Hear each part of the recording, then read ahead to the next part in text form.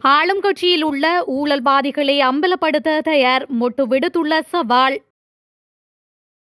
நாடாளுமன்றத்தில் தொடரும் அராஜகம், மீண்டும் சபையில் கொந்தளித்த அர்ச்சுனா. அரசு ஊழியர்களுக்கு அமைச்சர் வெளியிட்ட மகிழ்ச்சியான அறிவிப்பு. வடக்கில் முதலிட ஆர்வம் காட்டும் புலம்பெயர் தமிழர்கள், இடம்பெற்ற முக்கிய சந்திப்பு. அரசாங்கத்தின் வாக்குறுதிகள் நிறைவேற்றப்பட முடியாதவை, திலீப் ஜெயவீர வெளிப்படை. ரணில் சஜித் தரப்பை இணைக்கும் பாலமாக விளங்கும் முக்கியஸ்தர். மின்சார கட்டண குறைப்பு தொடர்பில் அமைச்சர் வெளியிட்ட தகவல். அரசாங்கத்தின் பல முக்கியஸ்தர்கள் பாரிய மோசடிகளுடன் தொடர்பு பட்டிருப்பதாக ஸ்ரீலங்கா பொதுஜன முன்னணியின் சிரேஷ்ட உறுப்பினரும் முன்னாள் அமைச்சருமான காமினி லோகுகே குற்றம் சுமத்தியுள்ளார். குறித்த விடயத்தை நேற்றைய தினம் நடைபெற்ற செய்தியாளர் சந்திப்பு ஒன்றில் கருத்து தெரிவிக்கும் போதே அவர் குறிப்பிட்டுள்ளார். உலகம் முழுவதிலும் சட்டவிரோதமான முறையில் சொத்துக்களை குவித்தவர்களின் விவரங்களை பண்டோரா பேப்பர்ஸ் ஆவணங்களில் இலங்கை ஆளும் கட்சியின் முக்கியஸ்தர்கள் பற்றிய விவரங்களும் உள்ளடக்கப்பட்டுள்ளதாக அவர் சுட்டிக்காட்டியுள்ளார். அரசாங்கத்தின் முக்கிய பதவிகளை வகிக்கும் நபர்களின் பெயர்கள் இந்த ஆவணத்தில் காணப்படுவதாக அவர் தெரிவித்துள்ளார். இந்த நபர்கள் குறித்து எதிர்வரும் வாரத்தில் தாம் அம்பலப்படுத்த உள்ளதாக அவர் குறிப்பிட்டுள்ளார். அரசாங்கத்தில் முக்கிய பதவிகளை வகிக்கும் நபர்களின் சொத்துக்கள் தொடர்பில் நாட்டு மக்களுக்கு தாம் அம்பலப்படுத்த உள்ளதாக காமினி லோகுகே தெரிவித்துள்ளார். இந்த தகவல்கள் வெளியிட்டதன் பின்னர் அரசாங்கம் குறித்த நபர்களுக்கு எதிராக உரிய நடவடிக்கை எடுக்கும் என எதிர்பார்ப்பதாக அவர் நம்பிக்கை வெளியிட்டுள்ளார். இதேவேளை எந்தொரு விடயம் தொடர்பிலும் விசாரணை நடாத்துவதற்கு அரசாங்கத்திற்கு சந்தர்ப்பம் வழங்கப்பட்டுள்ளதாகவும் அதனை எதிர்கொள்ள தாங்கள் தயார் எனவும் காமினி லோகுகே தெரிவித்துள்ளமை குறிப்பிடத்தக்கது. வெளிநாட்டில் வாழுகின்ற தமிழர்கள் வடக்கில் முதலீடு செய்வது தொடர்பாக தமது ஆர்வத்தை வெளிப்படுத்தி வருகின்றனர். இது தொடர்பாக யாழ்ப்பாணம் மாவட்ட நாடாளுமன்ற உறுப்பினர்கள் ராஜீவன் ஜெயச்சந்திரமூர்த்தி, வைத்தியர் பவானந்த ராஜா ஆகியோர் வெளிநாட்டு விவகார அமைச்சர் விஜிதகேரத்துடன் கலந்துரையாடல் ஒன்றை நேற்றைய தினம் நாடாளுமன்ற அலுவலகத்தில் நடாத்தியுள்ளனர். இதன்போது வடக்கு மாகாணத்தில் 5 தொழிற்பேட்டை நிலையங்களை அமைப்பதற்காக காணிகள் இனங்காணப்பட்டுள்ளதாகவும் விரைவில் வேலை திட்டங்கள் முன்னெடுக்கப்படும் எனவும் அமைச்சர் தெரிவித்துள்ளார். இதன்போது ஆர்வம் உள்ளவர்கள் இலங்கை முதலீட்டு சபையின் ஊடாக தங்கள் செயற்திட்டங்களை முன்வைக்க முடியும் எனவும் பதிலளித்துள்ளார்.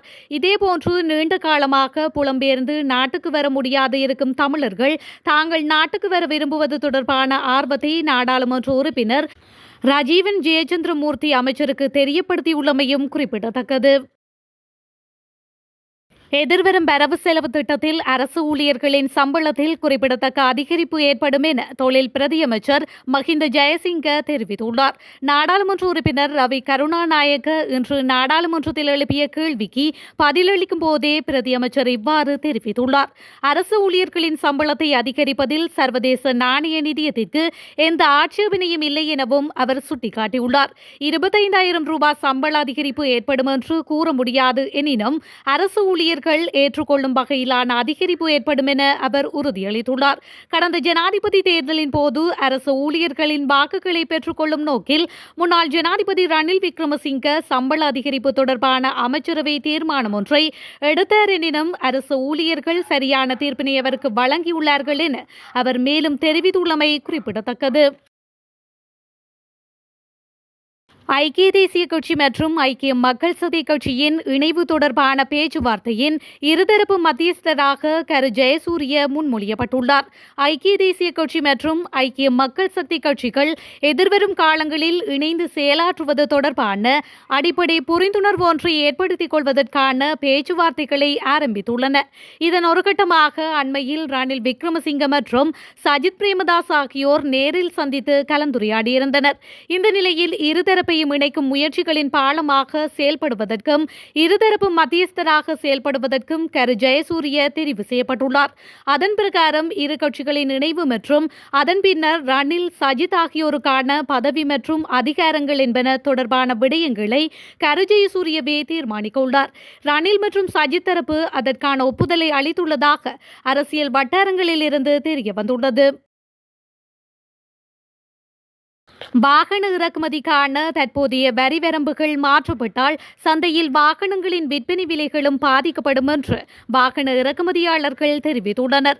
இந்த நிலையில் வாகன இறக்குமதியாளர்கள் சங்கம் தற்போதுள்ள வரி விகிதங்களின் கீழ் வாகன இறக்குமதி மீண்டும் தொடங்கியவுடன் மதிப்பிடப்பட்ட விலைகளை கணக்கிட முடியும் என குறிப்பிட்டுள்ளது.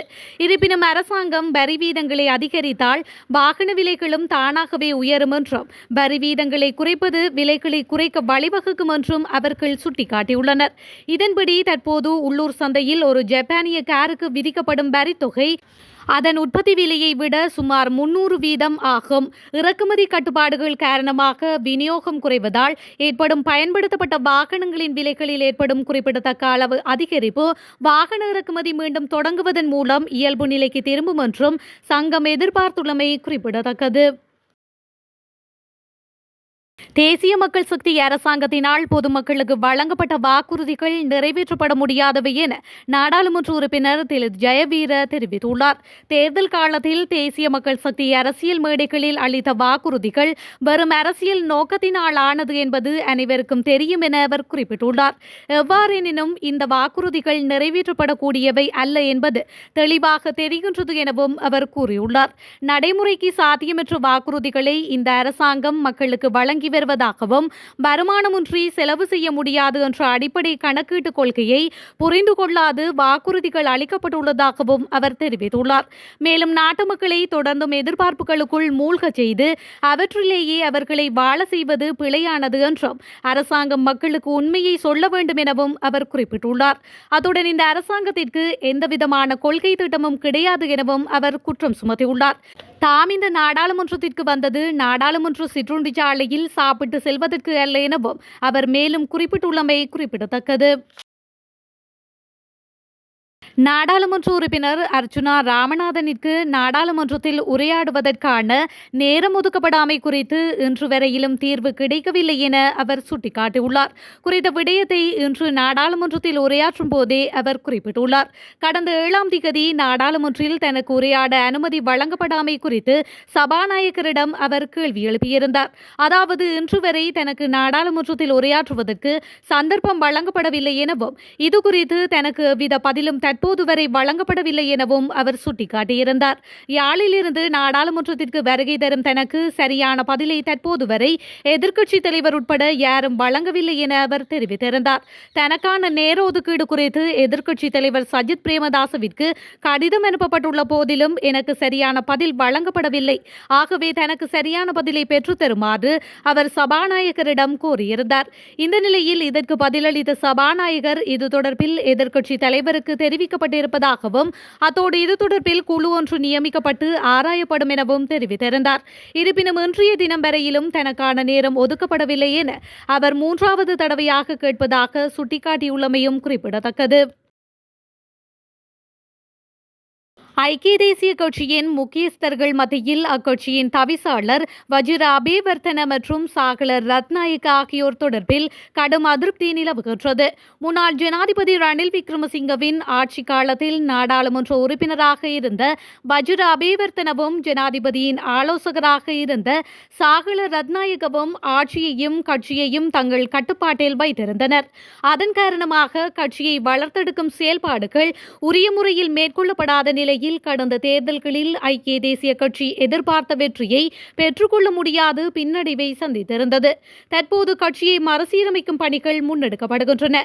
இந்த நிலையில் கட்சியின் முக்கிய பொறுப்புகளிலிருந்து வஜிர அபேவர்த்தன மற்றும் சாகலர் ரத்நாயக்கவை அகற்ற வேண்டும் என்று கட்சியின் முக்கியஸ்தர்கள் குழு ஒன்று தீவிரமாக செயல்பட்டுக் கொண்டிருப்பதாக தகவல்கள் தெரிவிக்கின்றன. 2-3 நாட்களில் மின் கட்டணம் குறைக்கப்படும் என தமது அரசாங்கத்தில் எவரும் கூறவில்லை என மின்சாரம் மற்றும் எரிசக்தி அமைச்சர் குமார ஜெயக்குடி தெரிவித்துள்ளார். குறித்த விடயத்தை இன்று நாடாளுமன்றத்தில் உரையாற்றும் போதே அவர் குறிப்பிட்டுள்ளார். இது தொடர்பில் அவர் மேலும் தெரிவிக்கையில், கடந்த அரசாங்கம் செய்து கொண்ட ஒப்பந்தங்களின்படி மின் கட்டணத்தை குறைக்க முடியாது. நுகர்வோருக்கு மின்சாரம் வழங்குவதை விட ஒரு மின் அலகுக்கு வாரியம் அதிக பணத்தை செலவிடுகின்றது. மின்சார கட்டணத்தை 37% அதிகரிக்க மின்சார சபை அண்மையில் முன்மொழிந்திருந்த போதிலும் கட்டணத்தை அதிகரிக்காமல் அரசாங்கம் சமாளித்து வருகின்றது என அவர் தெரிவித்துள்ளார்.